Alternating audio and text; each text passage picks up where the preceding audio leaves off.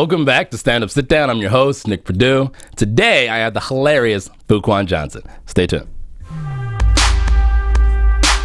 You are now tuned in to Black Hollywood Live.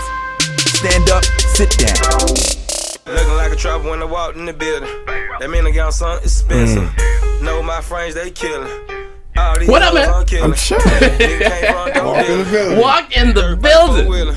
Fuquan Johnson. That's right. AKA My Bad Food. That's right. At My Bad Food. Just in At case. My Bad Food. You gotta throw the at in there.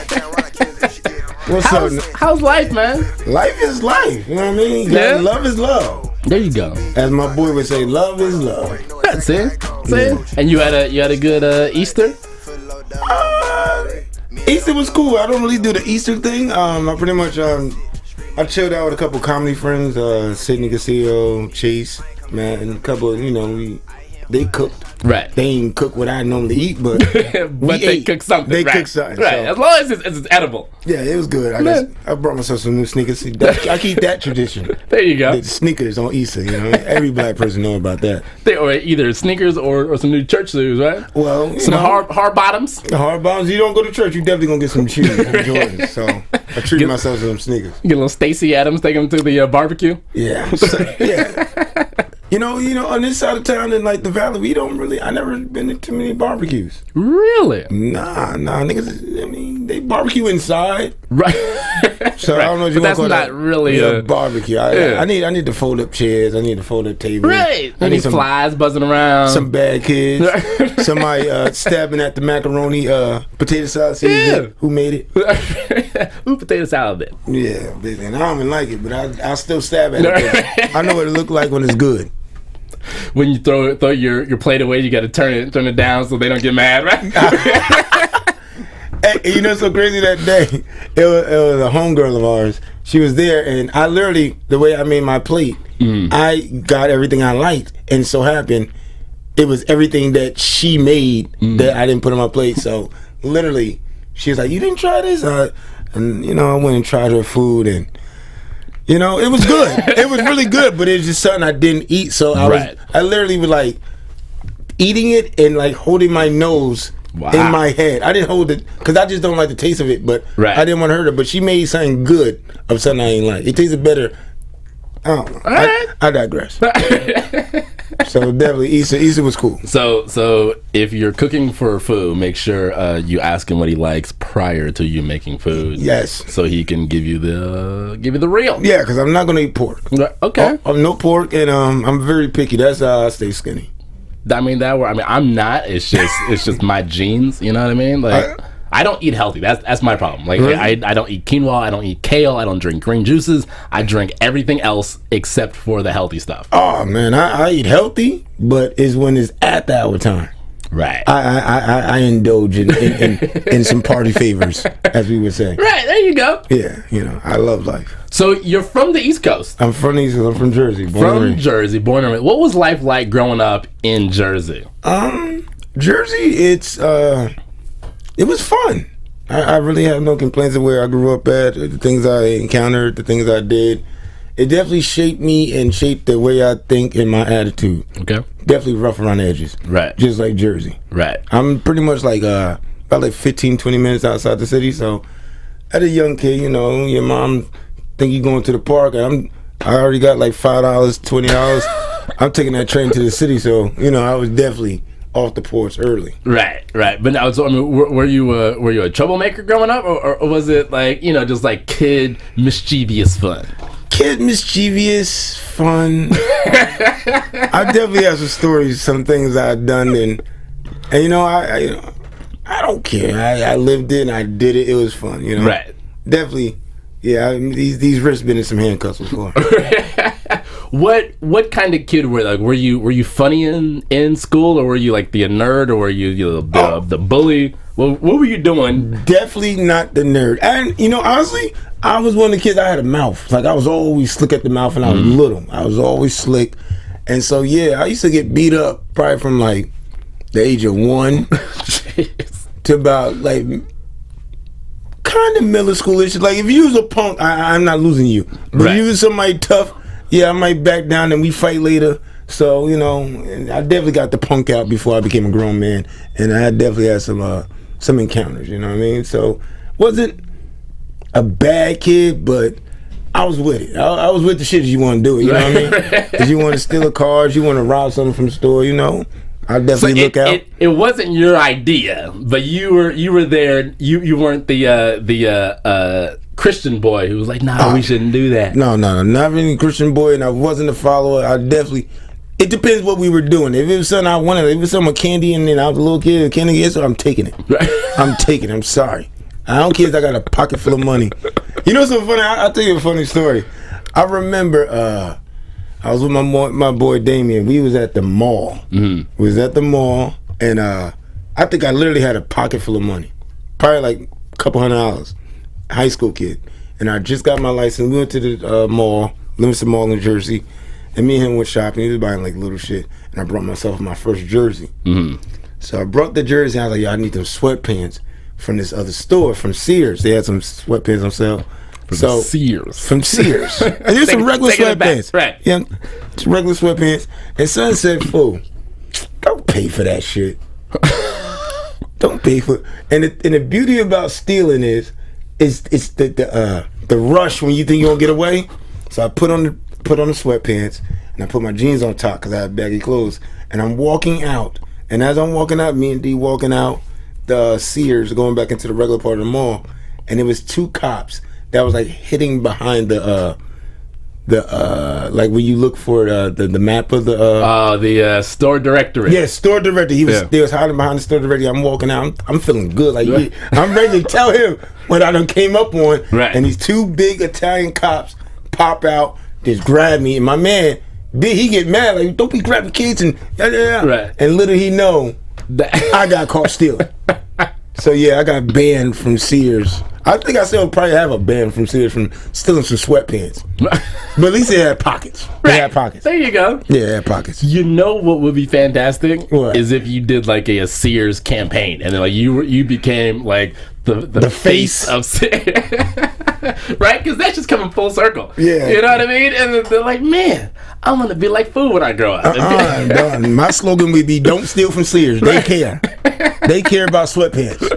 That's definitely what Sears cares about. You know what I mean? That's hilarious. Yeah. So now, growing up, like how were you introduced into stand-up comedy? Like what was your first introduction into like, oh, hey, people do this? Oh, I went to school in South Orange Middle. I went to school in Maplewood. I went to high school in Maplewood, and I went to you used to have the half a days because kids would have tests, and a bunch of girls, guys. We all went to my man Tim's house, and Tim really didn't have a good VCR, but Raw was stuck in his VCR. So whenever, that's funny. Yeah, so it was always Raw was always playing. He had one of the bootleg ones when as soon as it ends, it rewinds itself and start all over.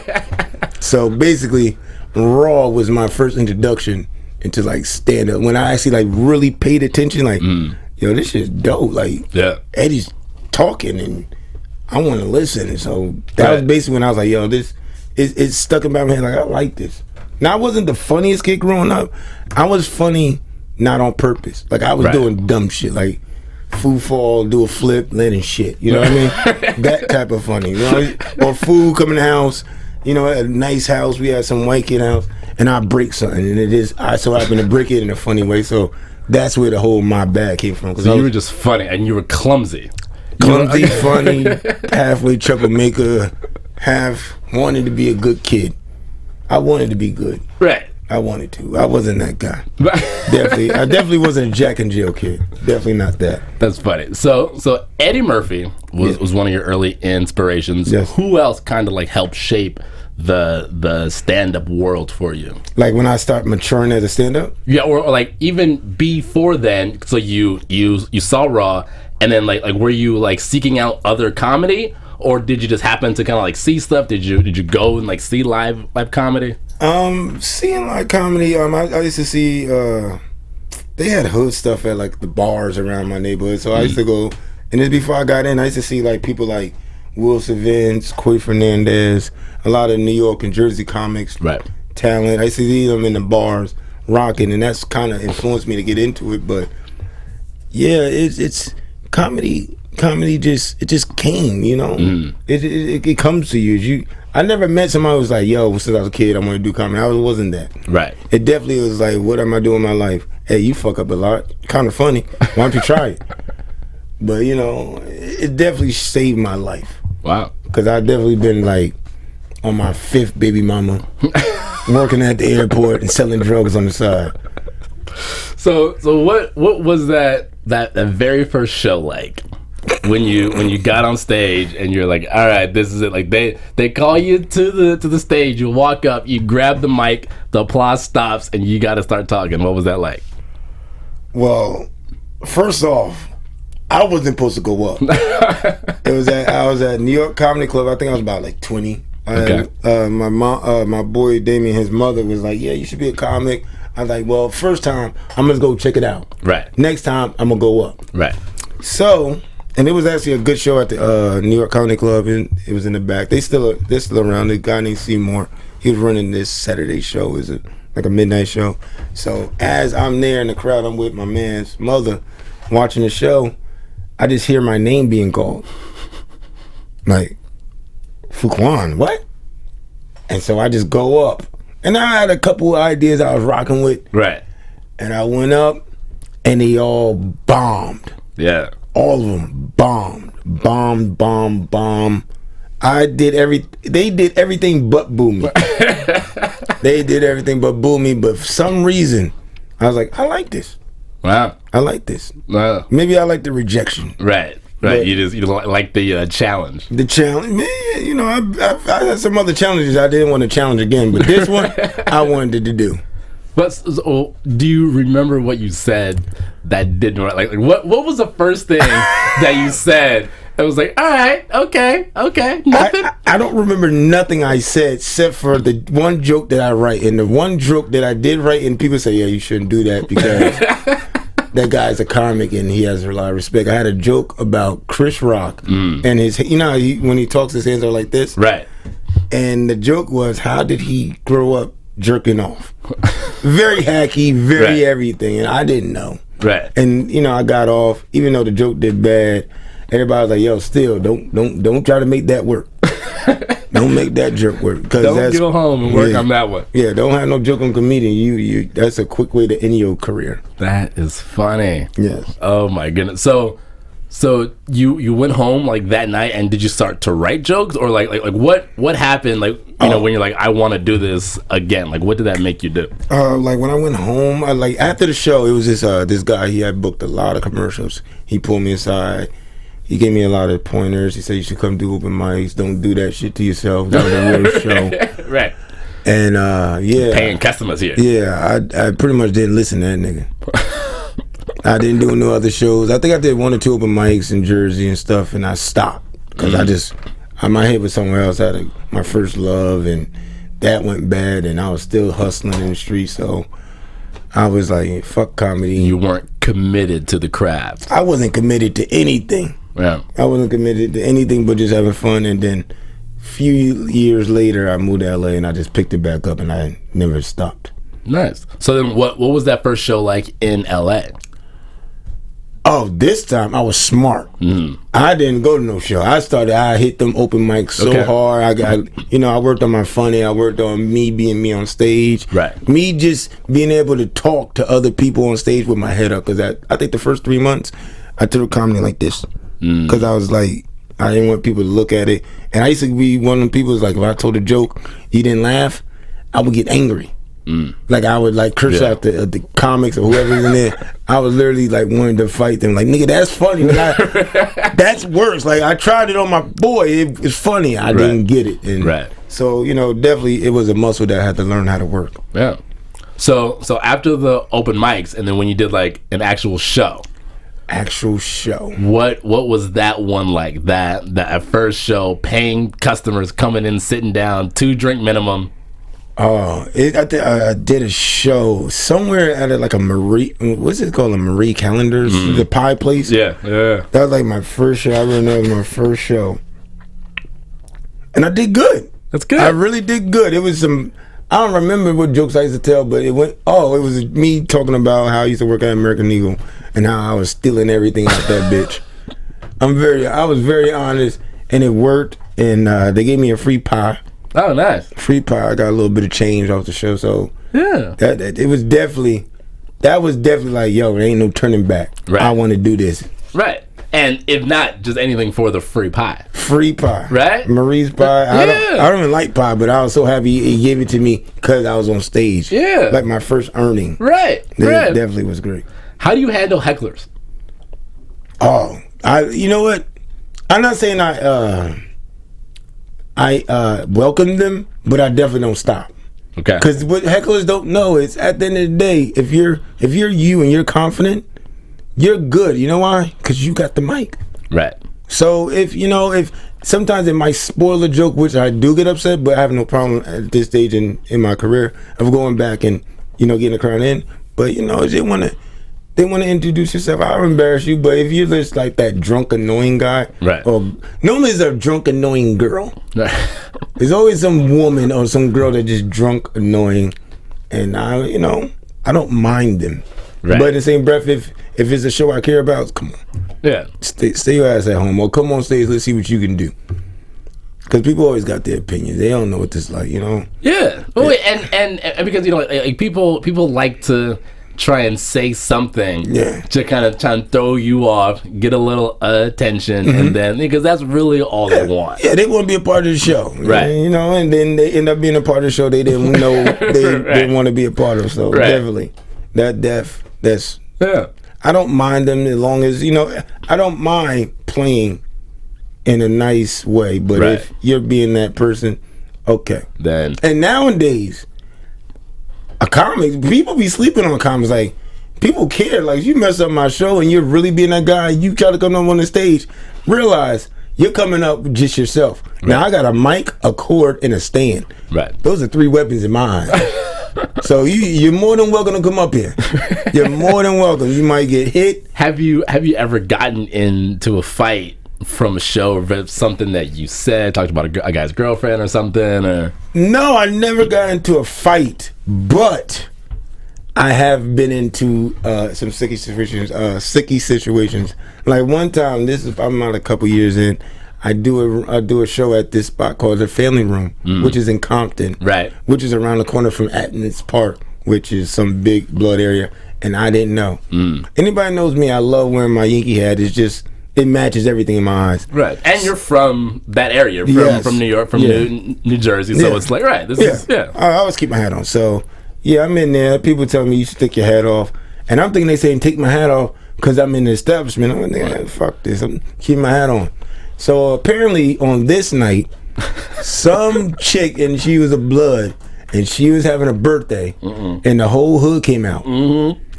And so they wasn't tripping at first over the hat because they knew I was just performing, and I told a joke, and I have a raspy voice and I mumble quite a bit. So I said a joke, and in the joke I said is a part where I paused. I said because. Well, they ignored the B. Right. All they heard was the cuz. Right. And this one dude said, "Blood, I know such and such and such and such and this and that."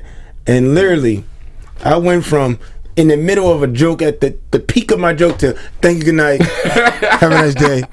And I literally took my hat off, went and sat my ass down. So, I ain't no punk, but I'm smart. Right. Yeah, I'm not fighting a bunch of bloods. Right. No. Right. Not especially in the hood and in the right. No, it ain't the fact the hood, it's the fact you're in their hood. Right. Right. At that local bar. Right. On somebody they call a sister's birthday bar. Right. They was dying to give out ass whooping. That would have been her birthday present to them. My ass whooping. So definitely, yeah. All right. But, you were smart about it, and now you can use that on stage. Oh, I yet to use it, but I've yet to use it because I've yet to, my pride was hurt. Right. I mean, well, I didn't want to back down, but that was just a smart thing to do. Right. I had a blue hat on, and they thought I said cuz in a bloody bar. I mean, at least you didn't have any, any Snoop Dogg references you know, and you weren't up there sea walking, because then that would have been like a major problem. Yeah, and this was the only blue I had on. Right. And then once that happened, it's like before I said good night, I let them know I spoke the most New York slang I ever could. I referenced my Timberlands. Yeah. I even walked off stage with a Diddy bop just to let them know I ain't from here. It was a totally misunderstanding, and please do not shoot me. Right. And you, because you are from New York, so you can say B and son. B, son. You know? I was making up stuff like shadig and you know what I mean, and I was giving them everything, let them know like, yo, this ass whooping ain't for me. That's funny. Yes. That's funny. Have you said anything on stage that you would have to have had? That's a terrible sentence. Sorry. Apologize for, or like, you know, anything offensive, and or would you apologize for anything that you said on stage? I'm not apologizing for shit. What I will do, if I offended you, I will go over and I'll talk to you and I explain my case, and we could talk about where we had to miss the disagreement. Right. But that's still my point of view, and I'm not going to apologize for being me, but I will hear you out. Right. But yeah, you know, I talked about abortions, and some girls that came in there with her womb sewn up, and she just wanted to laugh, and I'm over there talking about my abortion average being 2.3 a year. I'm pretty sure she was upset. I think the worst thing I have done, I literally told a joke how I was cheating, and my girl came, and I didn't know she was coming. And the funny thing is, that girl, she was probably the illest because she just ate it up. She thought it was hilarious. Right. And she knew it was no ill will. Right. And it was in the beginning of the relationship. So, you know. So you guys weren't technically all the way in it. He was kind of in it, but he wasn't. Oh, yeah, but we eventually, we did a couple years together, so, you know. But she was probably one of my biggest supporters. Probably she hates me now, but she probably supports me from afar. Right. Yeah. Which is nice. Oh, yeah, she's a dope chick. Yeah. See, there you go. Yeah. What is your writing process like? You know what? My writing process, it's I'm not much of there's comics that sit down, they'll find something, and they'll sit down and find beats and execute them and write it down, and they do there was a book that somebody gave me, and you do the who, where, why, you know, that type of thing with every topic or your premise. I'm not that guy. Mine's is pretty much the guy who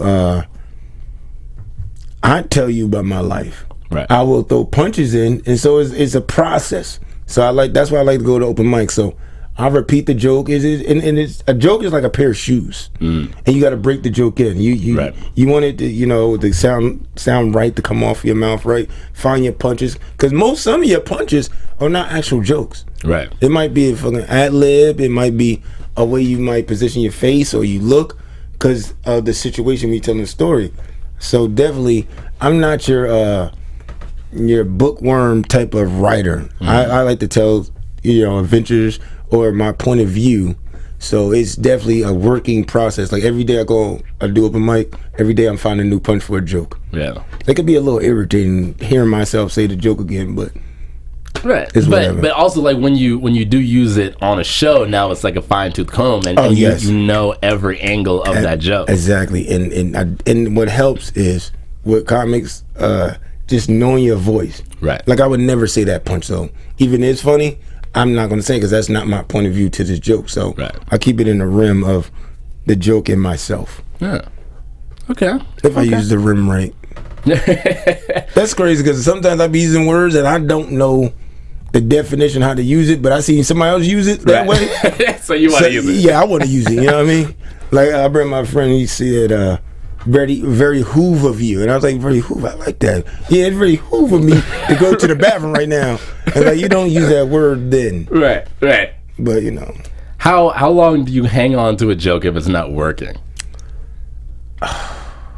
But like you love the joke, you know what I mean? But like even though like it doesn't work, but you want it to work so bad, how long do you keep it?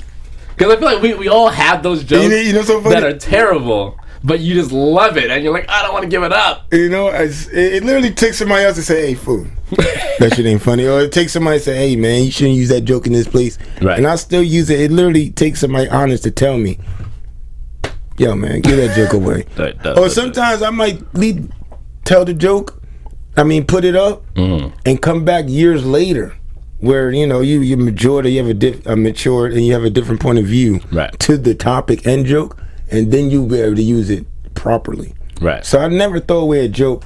It's a place for it. You might take a stand-up joke and put it in a sketch. You might use it in an interview. Some jokes ain't made for the stage. Right. You might find a perfect place for it in the script, or give it away. I have no problem giving nothing away, because I realize that's not going to be my only joke. I make more. Right. Do you have anything though that's off limits? Like, will you definitely not talk about a certain topic? Hell no. I'm talking about everything. Everything's open game. Everything. I had a joke about saying I said something, and somebody's like, "Hey, man, you shouldn't say that on stage. You're gonna offend people." And then Sean Wayans, he was like, because I was opening up for him that time. He's like, "Yo, I'm not saying don't use it, but you're gonna use it. Make it understanding and make it goddamn funny, so it's undeniable. And if you do that, you're good." Right. And another comic I seen do that before, and he definitely made me go, I never gonna have a limit of what I'm gonna say, and that's Neil Brendan. I remember one day I was at the Improv, and the guy he has this joke about the N-word, and he repeats that motherfucker over and over and over and over, but he knows the mechanics of comedy. Right. So at the end of the day, he gets away with it. Right. Because the black side of me won't go, I'm gonna fuck that white boy up. Right. But the comic side goes, freedom of speech, and the shit is funny. Right. So he gets away with the nigga, but it's funny. Right. And the funny thing is, he know how to say nigga right. He ain't one of them white dudes that says nigga wrong. Right. He doesn't put the ER on. No, he doesn't. Even some people just, some white people or non-white people, when they say nigga and it's with the A, they still say it wrong, or they say it, they're like testing, like nigga, nigga, or they throw like a Y instead of an I, they put a nigga. Right. Nah. There is no boundary with comedy. It's freedom of speech, and I hate that the world's got so damn sensitive. Right. And every topic is offhand, and you gotta think about somebody else. But this is definitely the craft where we're releasing. Yeah. And somebody's gonna relate, and if they don't relate, just understand our point of view, and if we make you laugh, cool. If you don't like it, shut the fuck up and wait for the next bit. Yeah, because like that's the other side of it too, is that like you're not gonna like all of my jokes. I hope you like all of them, but you're not gonna like all of them. If you like 70% of them, then hey, that's a win. Yeah, pretty much. And sometimes people don't even like your jokes. People just like you. Right. Some people can literally just like you on stage and like, man, I know somebody just like you. I really don't give a fuck what you're talking about. But you are entertaining. Right. You're not funny, but you're entertaining. So I like your style. Right. And that I think that's where my comedy came from, like the maturity of my comedy, because I think a lot of people liked me on stage, and then I got funnier. Right. Then I learned the mechanics and everything, because people, I'm not bragging, but I got a good personality. I ain't the best looking nigga, but I got a good personality. But you can make someone laugh. Yeah, I can definitely make somebody laugh. Rather I try or not try, and they're gonna laugh. Yeah, you can make them laugh and like you. Pretty much. That's all you need. Yeah. Like, so some of these internet comedians aren't very funny. Yeah. But they're entertaining. Yes. So and there's been a small riff, I would say, right, with your internet comedians and your stand-up comedians, and people trying to cross over and do this and yada yada yada. So like, what is your take on the internet dudes who, because they have a big following, a couple million people on Vine or Instagram or Twitter or whatever, get on stage and they're not funny, but they have a big allegiance of people that they get bigger gigs and this and that without putting in the work. What's crazy about that is what's that type of comedy, social media comedy, was it? It's like what you want to say? Like 3 years old now? Yeah, like 3 years old. And at first, I'm not gonna lie, I was a hater. I was a goddamn hater. I wouldn't say I was a hater. I was disliking with passion. Wow. I was passionately disliking these dudes, and I would like the dudes. The dudes are cool, but I just hate what they stand for. And then I had to realize what tree they came from. Mm-hmm. They're all in the family of comedy. There's a comedy tree. There's many avenues to go on this journey. Right. You know, you have your stand-up, you have your writing, you have your social media, you have your improv, you have many different limbs of this comedy tree. Right. So I learned to not dislike, and they're not going to stop what I'm doing. Yeah, sure, they're going to have shows, and they got the following, but most of these dudes following can't get in the club. Right. They can't get the 2-drink minimum. Right. Like, you know, Batch is, actually, I know Batch, great guy, and my boy has a lot of following. He's up to like 3 million. Mm-hmm. But you got to figure, at least 2 million of them people are like 16 and like in yes, that. In they that can't come to his show. Right. But, you know, and before when they first started, I used to get a thrill out of seeing them bomb. Like, yeah, nigga, you can't step over here. You can't do what we doing. It's a different motherfucking stay in your lane, nigga. Stay in your lane, nigga. Don't fuck with the stage. You know what I mean? And I used to feel like, oh, was born, you know what? Let me not pay my phone bill. See as I see a fucking whoever it is. Won't see none of y'all niggas that don't pay my phone bill. Right, but then you also still need your phone. Yeah, still need my phone. you still need your phone. Yeah, they're I used to call them mobile stars. Right. They were, you just a mobile. Fuck media. You just a mobile star. Nigga. Right. Yeah. Right. Let your gigs run out. See if somebody gonna be able to see you. But see now, you know, like you have stand-ups who are starting to kind of, you know, bleed over into that realm. You know? And they've been right. They're doing it. So and they're taking back, or not taking back, but they're like, you know, like doing what the internet comedians are doing now. Yes. You know, because like you've done some videos with All Deaf Digital. I did a lot with All Deaf and What the Funny. Rest in peace to them. Rest in peace. Hold on. What happened over there? Because what the Funny was this big thing. Marlon had it going, and we were punching it out, and I was like, oh my god, this is gonna be great. Yeah, it's like the black version of Funny or Die. Yes. And then it seemed like it just kind of fizzled out. Yeah, like it didn't fizzle, nigga. It ran right into a fucking wall called no funds. No, well, I mean, that happens. It happens. You know what I mean? It was greatly a fun process. I was a staff writer on there. It was definitely great. I learned a lot. Yeah, pretty much. And it was great content. You guys were pushing out great content over there. But what we did realize, like after I messed with them, and then I started going over to ADD, and I started working with them. We didn't push out enough. Mm-hmm. We I think there was one person who was doing a lot of controlling of the things. Mm-hmm. You know, who was like overseeing things.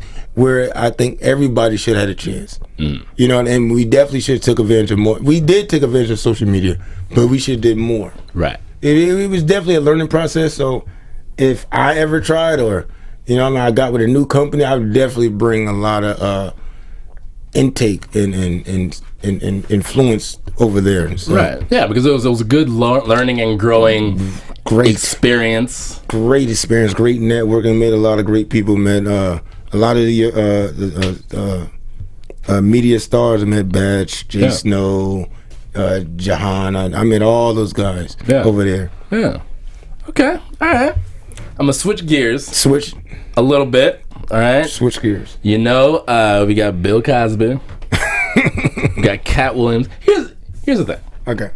Bill Cosby, he's a living legend, right? Yes. So, you know, with these allegations and with, you know, the stuff that's happened, stuff that he's admitted to and this and that, do you think that should taint Bill Cosby's legacy for like what he's done for the you know, comedy community? Okay. Before I even give my explanation, will what he done taint Woody Harris? What's the white dude with the glasses married? Yeah. Is his legacy gonna be tainted?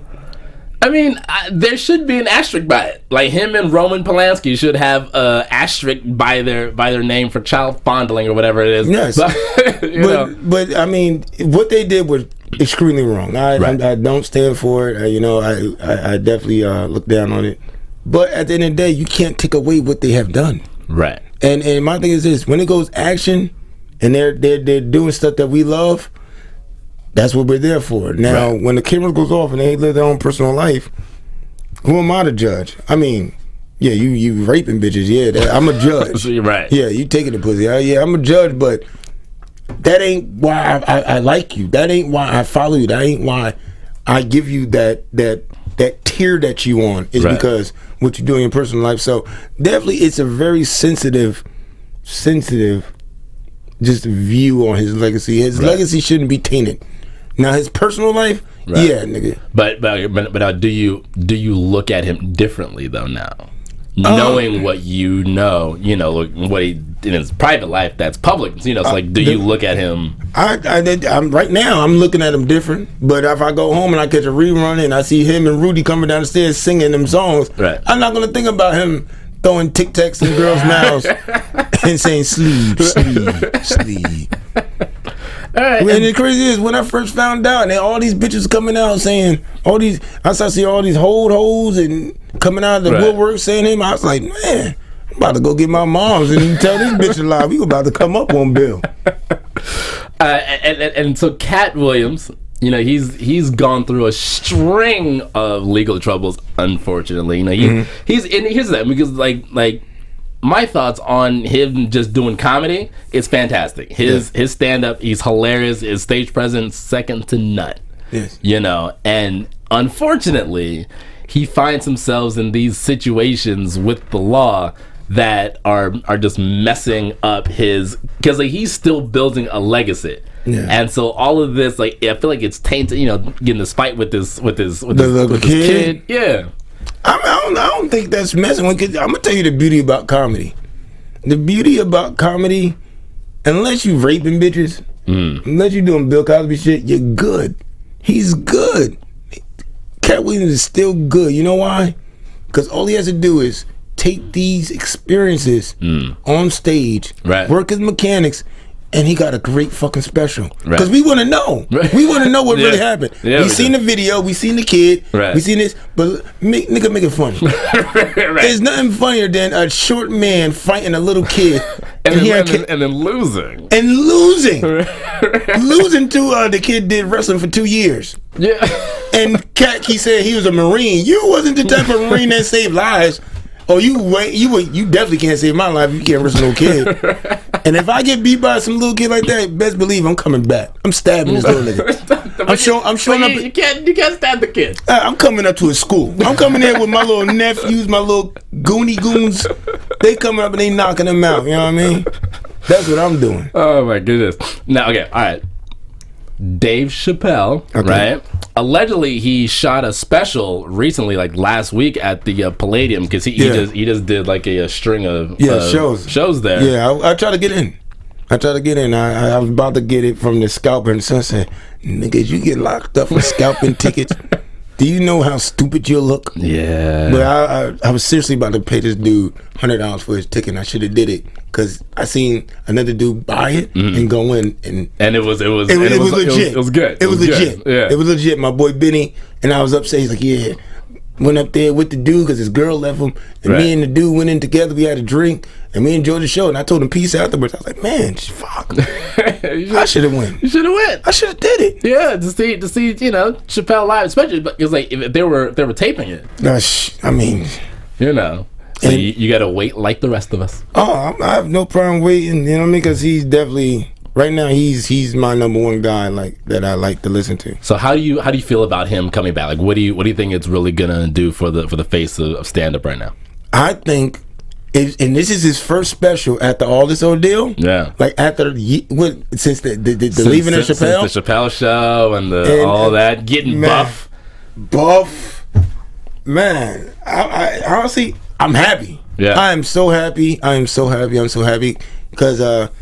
Right now, who's rocking? Kevin Hart's killing everything. Right. So, and Kevin Hart's a great comedian, funny as hell, everything. So it's great to see somebody else get that light too. And I'm pretty sure Kev has no problem sharing the light. Well, yeah, especially Dave Chappelle. Yeah, definitely. So it's definitely, is going to be great. I'm definitely waiting for his special. That's something that I'm definitely anticipating. What about Martin Lawrence? Because he's out here in these streets again. He's out here doing too, it, man. And you know what? He gonna have some stories too.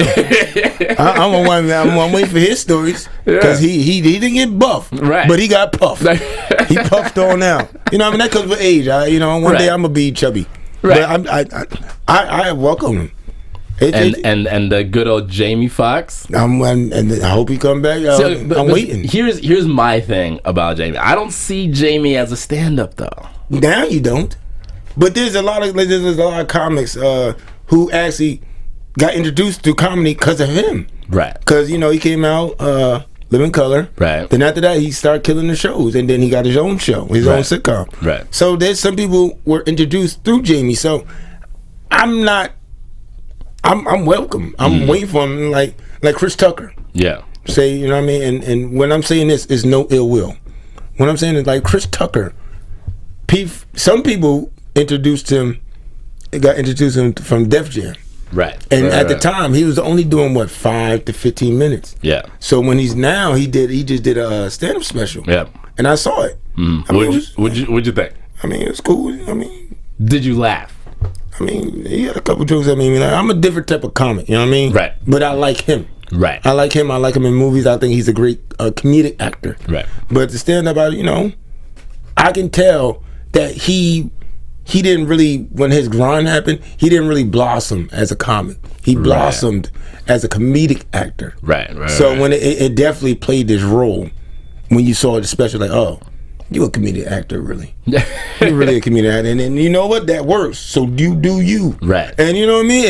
If he's out there, he's going to grind, do it. So, But a lot of these comics that, that do comedy, you really got to go down. You got to get back in it. Yeah, you got to really grind. I understand you could get paid for this shit, but you got to grind. Yeah. You got to really grind. Like, if I ever shot a special, literally months before, I'm hitting every comedy club across America and see what jokes really work. Really grinding it out. Really working that muscle. You have to go to those offbeat cities and those podunk towns and really kind of see, middle America, the Bible Belt, you got to really kind of see, all right, is this too much for them? Will I have some fans in Wyoming? Yes, and definitely grind. That's the thing, is grind. You can't fake the grind. Right. You have comments saying they did it 5 years, but it's like they only been going up twice a week. Right. And it's gonna show. Right. You can't cheat comedy. You can't cheat the gym, and you can't cheat comedy. Yeah. So I welcome anybody. You know what I mean? Shit, I hope they welcome me when I get there. When I get to that plateau. All right. So, because you've been doing comedy for how many years now? Years. What is your biggest piece of advice to the people watching, the people listening at home, like the young comics who have just started out, the people who are thinking about getting into comedy? What's your biggest piece of advice for them? Get on stage. Trial and error. Yeah, I know nowadays they have comedy classes, and that's great, and you can go that route as you want. What a comedy class can do is teach you structure. It could teach you the mechanics. Right. Now, there's a lot of comics out here, they know how to be funny. They're not funny. Right. There's a difference. Because a real comedian can say "the" in a funny way and make you laugh. Right. Now, if you only know the mechanics of how to, set up punch, you can only be but so funny. You got to stay in that material lane. But a real comic, a real comedian, can say words that make you laugh, expressions. Right. And that's what you learn from getting on stage. Getting up there. You just definitely got to trial and error. You got to get on stage, get that stage time. Take them hits. I don't care if the crowd's ready to leave. If somebody's giving you some stage time, go on. The best thing you can do on a show is go up first, because you want to learn how to set the tone. Yeah. Set the tone. So if you people hate going first. Who, me? No, like people, just like comics. I've done plenty of shows, and people, they hate going first. Yeah, when I first started, I hated going first. Yeah. Then I grew to love it. You know why? Because this is not a comedic. It's not comedic. It's not competition, but it can be competitive. Right. And I got to a point where I thought I was funny, and there was somebody after me that I respected. And my thing is, Oh yeah, I'm gonna make it hard for you, nigga. Oh yeah, you gonna need like 3 minutes just to talk some bullshit before you get into your set. Cause I'm gonna try to make it funny. I'm gonna take it the full way. Right. And then my way is just raunchy. Not even that raunchy, just real. Yeah. So when you doing real comedy and you talking about me, it's hard to take them to your place. So I used to love making it hard for comics. Right. But that helps them get better, right? Because people used to do it to me, and it just makes you want to step up and really get to that level, and then and get that love. That's really for the show. Like it's really the benefit of the show. Exactly. If the bar's already said hi, and every comic's trying to reach that. So and if I'm making them already have a good time, all you gotta do is coast on through. Keep it going. Yeah, if you keep it rolling, just coast on through. You know what I mean? If you don't want to coast, man, it's gonna be a bumpy ride, brother. It's gonna be a bumpy ride messing with me. Let me talk about a little bit of everything. That's funny. So where can people see the Fu Experience live coming up? What do you got? What do you got coming up? I'm right now. I'm generally in the Hollywood area. I've been talking to a couple of comics. They want to take me on the road, so I might be going to just random spots, like Denver and Milwaukee. Right. So that happens there. But if not, you can find me in the Valley. I'm in Hollywood, Comedy Store, haha. I'm in all them spots. So that's what I do. You might see me walking out of the smoke shop with a blunt, cracking jokes. Regular old person, bro. In Hollywood. In North Hollywood. I might be in your hood. I might be coming out your mama's house. Where can people find you online? Oh, you can find me at any social media link. I'm at My Bad Food. And if you're on YouTube, I do have a channel. I do put up content here and there. That's youtube.com/ Fuquan Johnson. My Bad Food. Thank you, Nick. Perfect. Always been great. Thank you, Fu. Yes. Coming through. It's been fun. It's all it is. And this graduated from 2 years ago. Yeah, I probably had on the same outfit. Let's go. I need to go check, see if I had the same outfit on. Go back and watch it. I need you guys at home to go back and watch it too. Listen, thank you guys for tuning in. You can find me all over the internet at the Nick Perdue. And until next time. From executives Kevin Undergaro, Dario Christie, Tiana Hobson, and the entire BHL staff, we would like to thank you for supporting Black Hollywood Live, the first online broadcast network dedicated to African American entertainment. For questions and comments, contact us. info@blackhollywoodlive.com. Like us on Facebook, tweet us, or Instagram us at BHL Online. And I am the official voice of Black Hollywood Live, Scipio. Instagram me at KingXOBay. Thanks for tuning in. Hollywood Redefined. The views expressed here are those of the host only and do not necessarily reflect the views of BHL or its owners or principals.